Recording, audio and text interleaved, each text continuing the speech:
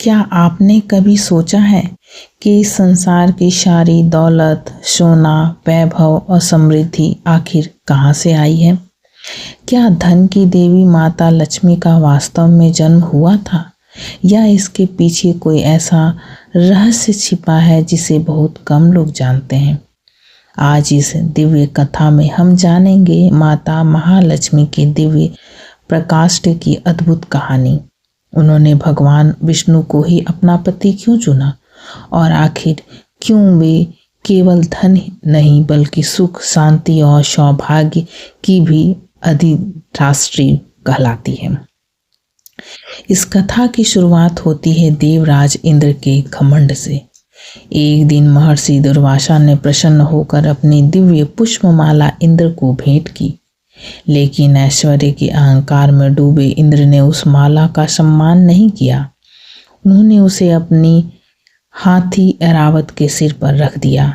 ऐरावत ने माला को जमीन पर गिराकर पैरों तले रौंद दिया। यह देखकर महर्षि दुर्वासा का क्रोध भड़क उठा।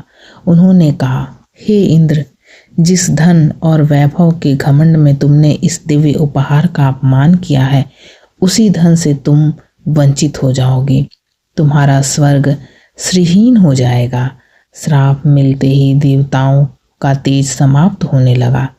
स्वर्ग का वैभव नष्ट हो गया और असुरों ने स्वर्ग पर अधिकार कर लिया। हारे हुए देवता भगवान विष्णु की शरण में पहुंचे। श्री हरि ने कहा, यदि अपना खोया हुआ वैभव वापस चाहते हो तो असुरों के साथ मिलकर समुद्र मंथन करो।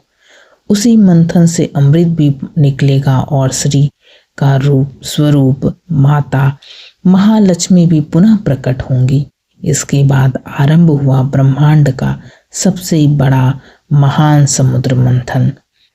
मंदरांचल पर्वत बना मथानी, नागराज वासुकी बनी रस्सी और स्वयं भगवान विष्णु कच्छप अवतार लेकर पर्वत को अपनी पीठ पर संभालने लगे।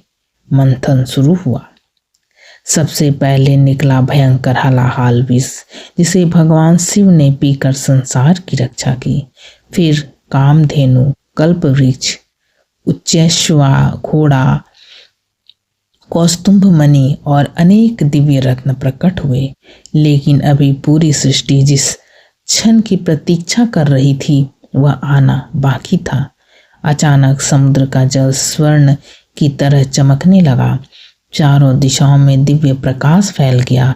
मधुर संगीत गूंज उठा और एक विशाल गुलाबी कमल पर विराजमान होकर माता महालक्ष्मी प्रकट हुई।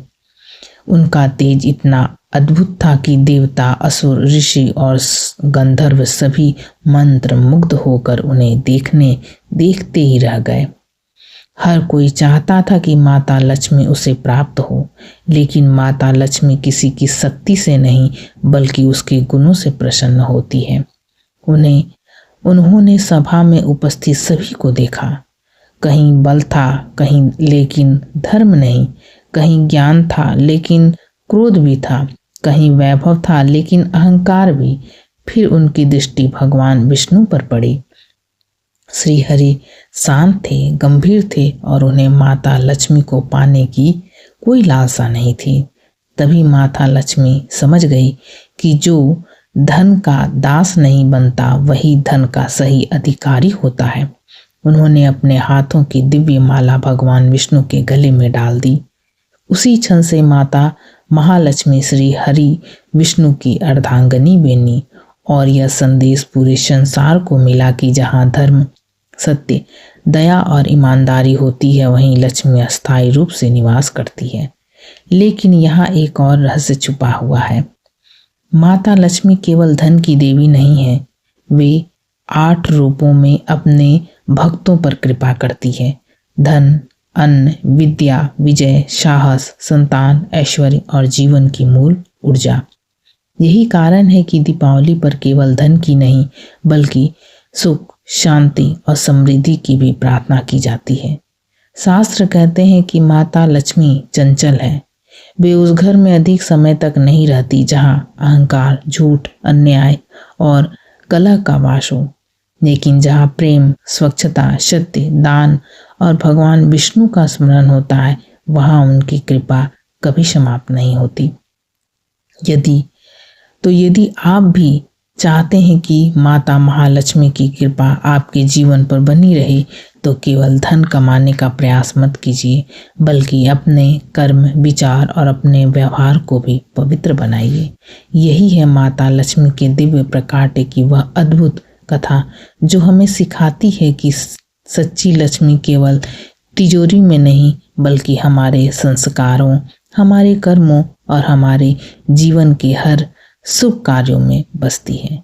वीडियो अच्छी लगी हो तो चैनल को लाइक, शेयर और सब्सक्राइब कर लें। जय माँ लक्ष्मी।